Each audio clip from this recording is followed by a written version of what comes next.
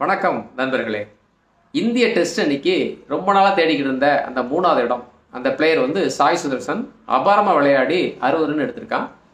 ஏன்னா வந்த உடனே 4-5 4 அடித்து ஸ்கோர் எடுக்கிறது பெருசு கிடையாது. ரொம்ப நேரம் கிரீஸில் நிற்கணும். எதிரணி பவுலர்கள் பவுலிங் போட்டு களைப்படைய செய்யணும். அப்போ தான் மிடில் ஆர்டர் லோ ஆர்டர் வர பேட்ஸ்மேன் வந்து நல்ல ரன்னு நிறைய எடுக்க முடியும். அந்த வகையில் கிட்டத்தட்ட 150 பால் சந்திச்சு 25 ஓவர் களத்தில் நின்று அபாரமாக விளையாடி இருக்கிறான்.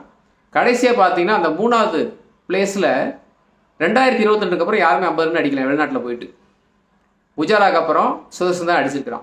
அது மட்டும் இல்லை, இந்த ஓல்ட் டிராஃபோர்ட் கிரவுண்டு பார்த்தீங்கன்னா பால் வந்து மூவ்மெண்ட் ஆகும்.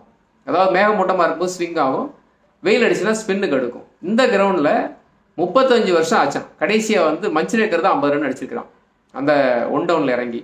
அதுலேயும் அபாரமாக செயல்பட்டுருக்கான். அந்த வகையில் பார்த்தா சாய் சுதர்சன் அந்த 3வது இடத்துக்கு ஃபிட் ஆகிட்டான். அது மட்டும் இல்லை, முதல் விக்கெட் கீப்பராக இங்கிலாந்து மண்ணில் 1000 ரன் அடித்த சாதனையை ரிசர்வ் பண்ணியிருக்கிறான்.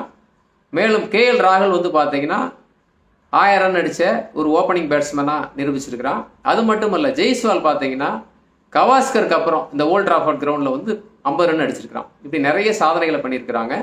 ஸோ இப்போ இருக்கிற டீம் வந்து ரொம்ப யங்காகவும் இருக்கிறாங்க, ரொம்ப கான்ஃபிடண்ட்டாக இருக்கிறாங்க. அதனால் அடுத்த 10 வருஷத்துக்கு பார்த்தீங்கன்னா இந்த டீமு நிச்சயமாக நல்லா ஃபைட் பண்ணுவாங்க.